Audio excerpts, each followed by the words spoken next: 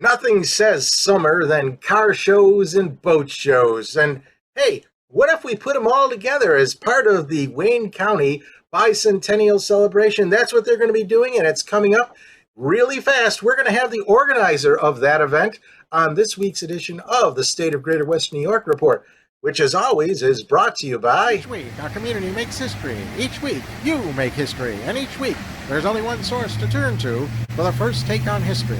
You know what that is? Subscribe to the Sentinel right now to discover the history being made in your own backyard. The Menden Honeoye Falls Lima Sentinel. More than just your news, it's your history. Welcome, everyone, to this edition of the State of Greater Western New York Report. Join us each episode as we discuss fantastic topics ranging from history to science to the strange and the wonderful, as well as the treasured spirit with which our region has infused America. We challenge you to consider all things Greater Western New York, from our region's very beginnings to how it inspires, how it empowers, and why it is so admired. Here's the host of the State of Greater Western New York Report, Chris Carosa.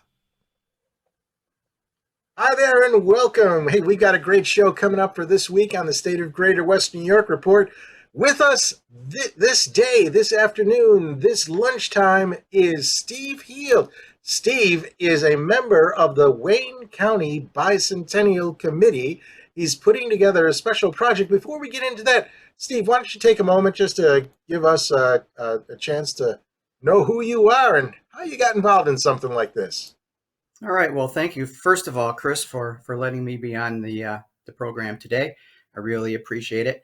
Yes, my name is Steve Heald. I'm the former Town of Sodus historian and have been retired from a position at Wegmans for a few years and was looking to get back involved with history, and timing was great. That allowed me to become involved quite heavily with the celebration of Wayne County's 200th anniversary. 2023 is Wayne County's bicentennial year, and we have been planning for several years the events that are now taking place. We've had several successful events so far, and we have a few more left to go. So it's my opportunity to enjoy my passion about local history and to give back to the community. Yes, and we'll be having a couple more shows coming up involving those other events, but this particular event, this show, we want to focus on the event that is called Wheels and Keels. That is, so Steve, tell us about what that event is about and maybe how you came up with that interesting name. All right. Well, Keels and Wheels is a combination historic, and I don't use the word antique. I use the word historic because it encompasses not only antique vehicles, but actually vehicles of today. It's meant to represent the evolution of both the automobile and the boat, covering the range of years from 1903 to 2023. And so to keep that history aspect alive, and to allow us to have an interesting show in a very limited amount of space, we decided that we would have one car from each decade. One car from each decade with the three in the year, ideally. So 1903, 1913, 1923, and so forth, all the way through to this year, 2023. So that model is being used for both the cars and the boats. One of the main reasons why we needed to reduce the number of cars that were able to participate and make them an invited participant, it was because of a very limited amount of space that we had for the vehicles at the Sodus Yacht Club. So we came up with this model to hold the history theme and to make it interesting for the spectator. Now, you were telling me earlier about how difficult it was for you to find the ideal vehicles, at least in terms of cars, for the particular year. And I was surprised to hear that it was the more recent cars that were more difficult to find. And I guess I came to you too late with my 1983 Z28. But tell us about how you found the cars and what was the reaction that you got from the people when you asked them? Well, the reaction was very enthusiastic once I had identified or had learned about some of the cars that were out there that fit the criteria we were looking for. One of the vehicles I and really anticipated having trouble finding was the 1943 model. Some of your viewers may know that during World War II, automobile production halted. To concentrate on wartime efforts. So there was no production model for a 1943 automobile. So I thought, well, perhaps I can find a military vehicle. And as luck would have it, there was a collector in Marion, New York, who has a 1943 Dodge military command car. And I reached out to him, and he was more than willing to share his vehicle. So the one year that I thought was going to be the biggest challenge turned out to be relatively easy. The two most difficult years that I had, as Chris mentioned, was the 1993 and the 2003. Now you would think, well, that's not that old, but in looking back at it, now those cars are now 20 and 30 years old, and so they fall into an interesting range in the automobile hobby. They're not quite old enough to be collectible, and they're not quite new enough to be readily available in, we'll say, show condition. So I did have to bend my rule a little bit for those 2 years. So I did go with a 1992 and a 2002. The 92 will be a Cadillac Alante, and the 2002 will be a Mazda Miata. So that did round out my field. There will be 13 cars and 13 boats in the display. And you've got a couple of pictures of some cars. Why don't we go through that? Tell us about. We'll start with the oldest one. Tell us a little bit about that car, the history, maybe how you identified the person to show it, and if that person is like in your skin, you can say that too. I don't know which cars you gave me. If they were one of yours or someone else's. But let's start Okay. with that. Tell us about the 1903 car. Okay. Well, it's a 1903 Cadillac. 1903 was the first year for Cadillac production, and I had very little difficulty in finding this vehicle because actually it belongs to me and my wife. This is a car that we bought several years ago, and it experienced a rather lengthy and very detail-oriented restoration. It has been shown at the national level several times and has won several awards. So this will represent the first year in our lineup of cars. Again, it's from 1903, and that's the start of it. So I'm assuming that that's the original color. Yes, for showing at the national level with the Antique Automobile Club of America, the judging is extremely strict. It is every nut and bolt has to be exactly as it left the factory, and that certainly does include color. So part of the restoration project, and one of the biggest parts of my involvement is the historical research to make sure that they are exactly as they left the factory. How about this next one, this 1913 Ford? This is a 1913 Model T Ford. 1913 represents the first year that Ford Motor Company instituted the moving assembly line. So as a consequence, starting in 1913, production really ramped up. There was, I believe, about 127,000 of these vehicles made in that model year. 1913, because of the moving assembly line, is also the last year that Model T Fords were available in colors other than black. You've often heard maybe have heard the old adage that you could have a Model T in any color as long as it was black. Well, that was instituted during the 1913 model year because The black paint that they were using was the only color paint that seemed to have the chemical properties that allowed it to dry fast enough to keep up with the assembly line. And that is the sole reason why Mr. Ford instituted his black car rule. Now this Model T seems a little fancier than maybe what I'm used to. Is there something different about this one? Well, it's been restored to extremely accurate detail.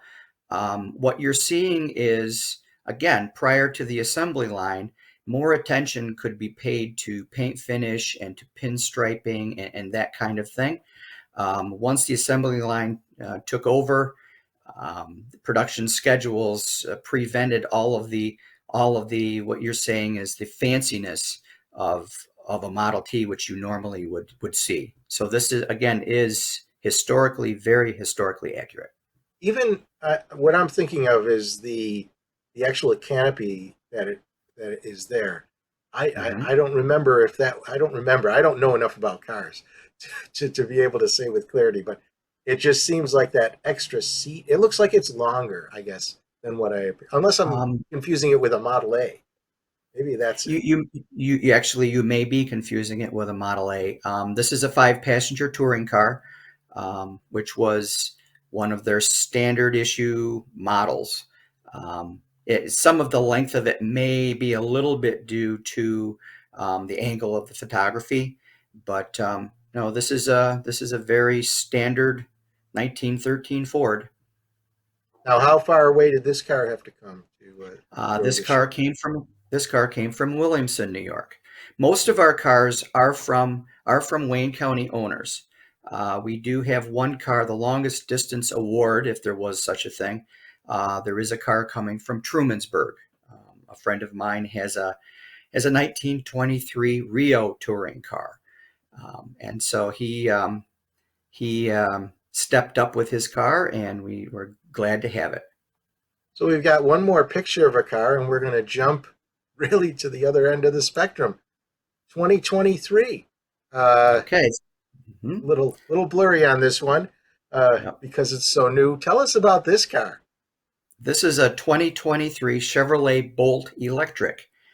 I thought that it would be an interesting aspect to add an electric car to the lineup, because that does seem to be a focus today in the evolution of the automobile. This car comes from an owner in Sodus Point who drives this car as a daily driver, and is very enthusiastic about this car and the technology behind it. It's one aspect of the show that I want to make sure that I make known. I'm very much encouraging all of the owners to be out front of their car and to talk about the car and to answer questions that come about. That's part of the history or the teaching aspect of this show. I really want people to understand what they're looking at and to have interactions with the owners of the cars. So we've got Steve Heald. He is telling us about Keels and Wheels. It is the show that's coming up on July 22nd. That's a week from.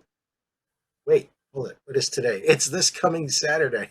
If you are watching this show live or on the archive, if you're watching the rebroadcast, you might have missed it. But it's coming up this Saturday. And speaking of coming up, we'll be coming up with more information on this event and a peek at what some of the boats actually might be looking like when we come back after this commercial message.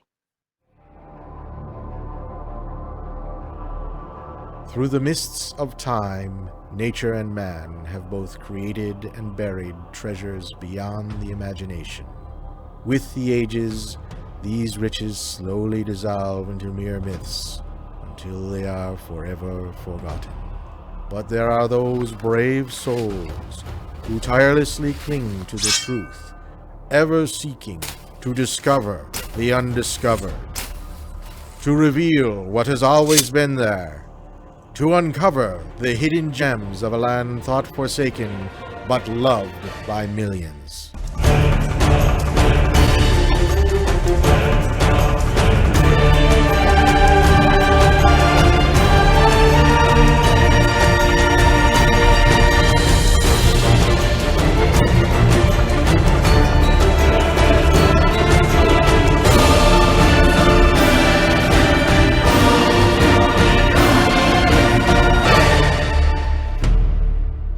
50 Hidden Gems of Greater Western New York.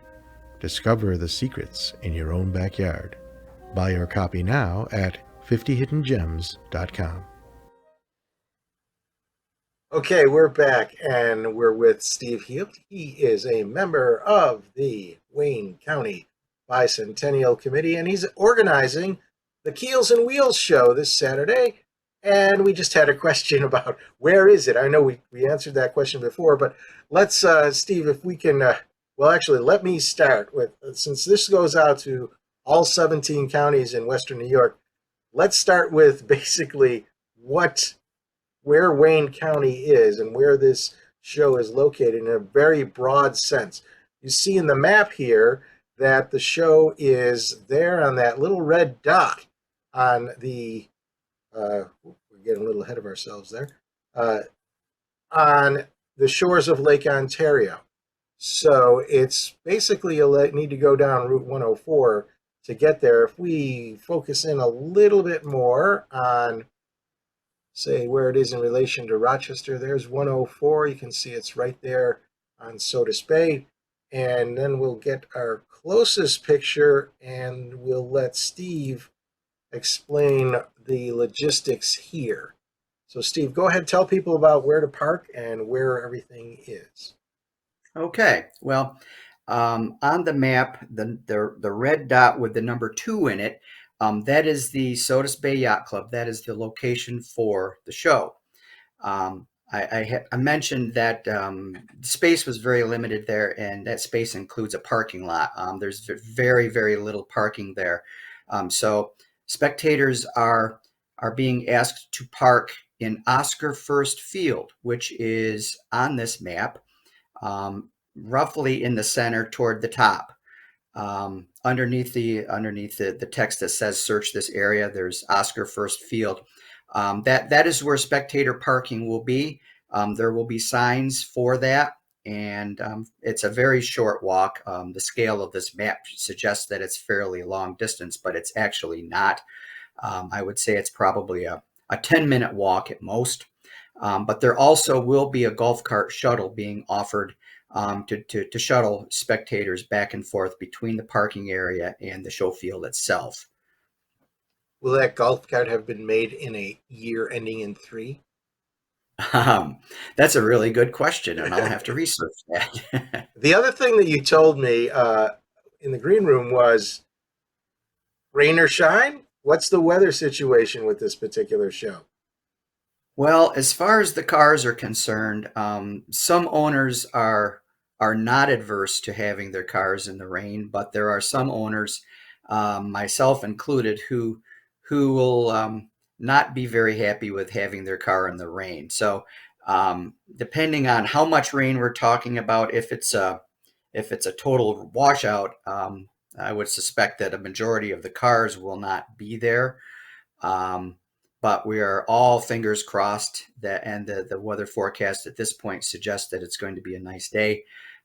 So we'll always the challenge, of course, with planning an outdoor event. So we will certainly keep our fingers crossed for the weather. As far as the boats are concerned, they're obviously a little more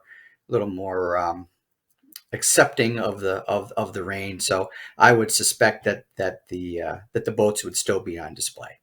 So tell me, the cars that are coming, are they driven there or are they transported there?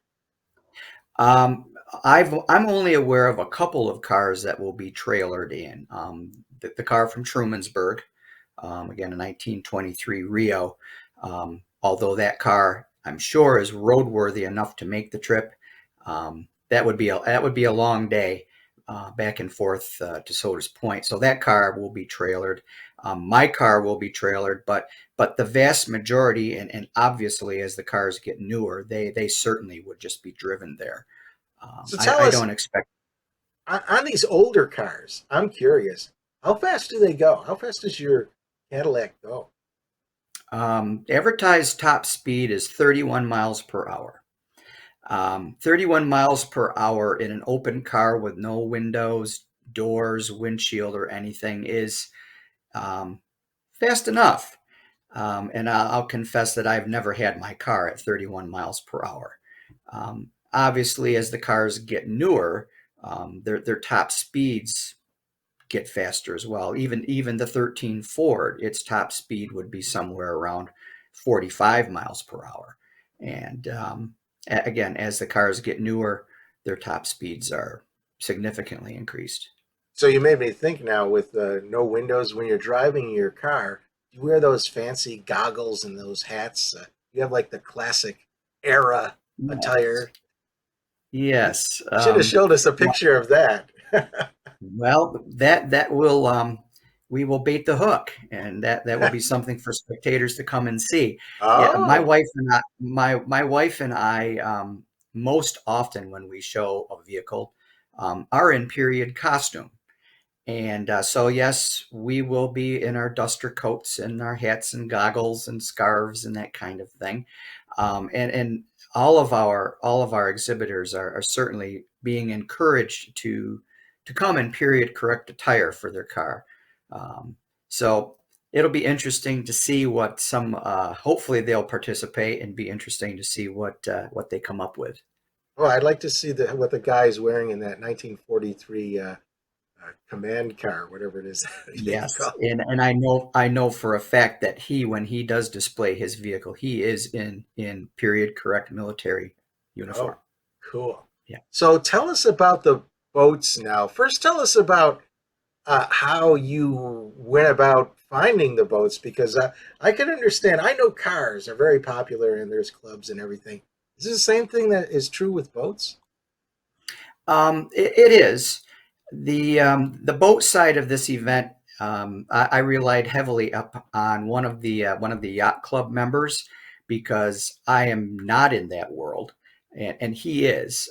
He owns several high quality antique boats, and so he's been the true resource for those pieces.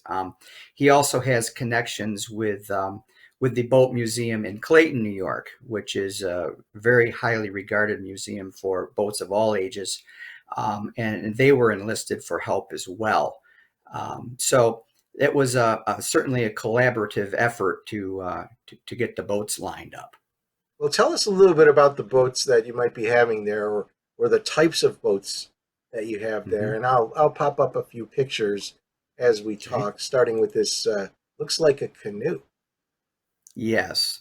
And again, not being immersed in the boating world, I'm not going to be able to give you the exact name of this vessel, but yes, it is. It is an early, and I'm suspecting that this is the 1903 model because again, the boats will be adhering as much as possible to that same time frame that the cars are. This would be the earliest one of the earliest boats on display. It's a very simple vessel. Interesting that it has a caned seat similar to what you would have in a caned chair.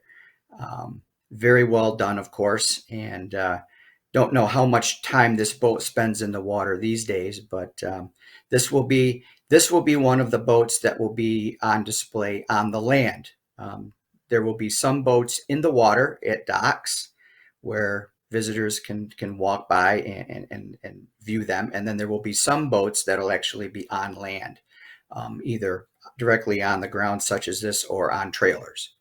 Speaking about in docks or on docks, here's an example of another boat.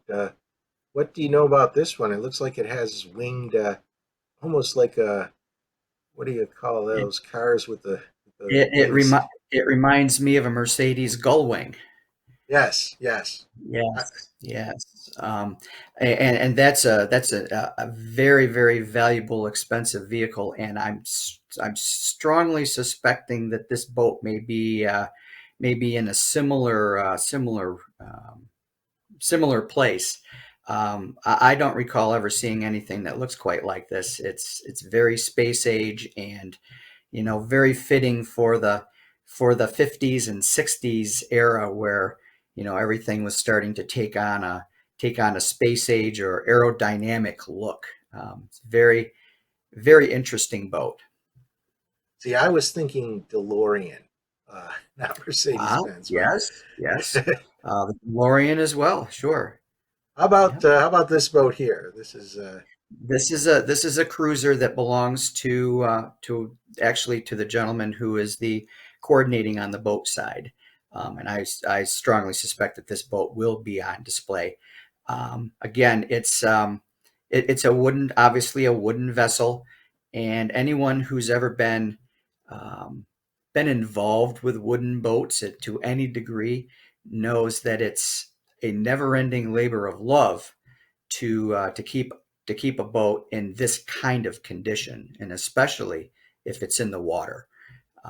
Just an absolutely beautiful, beautiful aerodynamic looking um, piece of floating art, and that's really one of the things that we're really striving for when it comes to selecting the boats for this show. now. So we just had another question. Is there a cost to attending this thing, or is it Uh, donations? How is that handled? No, there is no admission charge at all. This is an event that's again is being sponsored by a group of organizations, the Wayne County Bicentennial Committee, Sodus Bay Heights Golf Club, Sodus Bay Junior Sailing Association, and Summerfest, which is being sponsored by an organization in town called Save Our Sodus. So it's a collaboration between those four organizations, um, and its sole intention is to raise awareness again of Wayne County's bicentennial, and to foster further interest in local history and the history that's around us. So where do In people our go if they want to get more information? They certainly can email me. My email is sehealed@gmail.com, and I'd be happy to respond to any questions that they may have. One thing I do want to make clear, and some of the pre advertising for this event wasn't exactly clear on vehicles that are participating.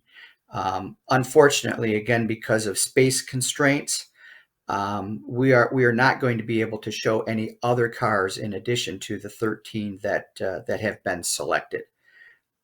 So I've had a couple of inquiries from people who have recently found out about this and are interested in bringing their car, and I unfortunately had to not be able to include them in the display. Now they can certainly drive their car and come on down and be a part of the event in that way. Well, that's maybe the parking lot's going to have some interesting cars inside of it. Who knows? Yes. Sometimes car show parking lots can be as interesting as the car show itself. All right. Well, Steve, thanks a lot. Do you have any other final comments? Not just about the Keels and Wheels show, but any of the other events that are coming up for the Bicentennial in Wayne County? Yes, we have a couple of exciting things that are still to happen. There is, and it sounds kind of interesting, but there's actually a 5-day road rally, running road rally, a torch run, that's going to be traveling 200 miles throughout Wayne County, passing by as many historical locations as possible. That will be done. That will be happening in the middle of August, and by going to WayneCounty200.com, you can find out more information about that. And also for the Wayne County Fair coming up in August, on Saturday of that fair week, we are planning something called a Family Fun Day, which will have different historical crafts and techniques, learning activities for children of all ages. There will be craft demonstrations and historical talks and characters, people taking on specific historical characters from the county. So Family Fun Day at the Wayne County Fair on Saturday of Fair Week should be a fun time and an interesting time for local history buffs. All right. Well, that sounds lots of fun, and certainly we do expect to have more folks on from the Wayne County Bicentennial Committee in the next couple of weeks, giving us further details on those events as they come up. All right. So if you are watching this live, obviously you ask a few questions, and if you would like to be a member of the live audience, then go to stateof.greaterwesternnewyork.com. Spell it all out, stateof.greaterwesternnewyork.com.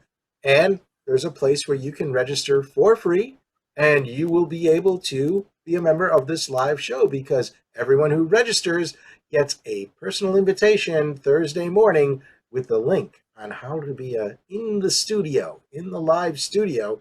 And that's the only way you can ask questions to our guests. Of course, I realize that this is airing during lunch on a workday, so many people watch it afterwards, which is fine. You can do that. Just go to stateof.greaterwesternnewyork.com. You'll see our archive list there. Or if you like our Facebook page, subscribe to our YouTube channel. This program is rebroadcast every Sunday at 1:30. So Steve, thanks again for being here. And everybody out there in TV land, thanks for watching. We'll be back next week with another exciting episode. Bye-bye for now.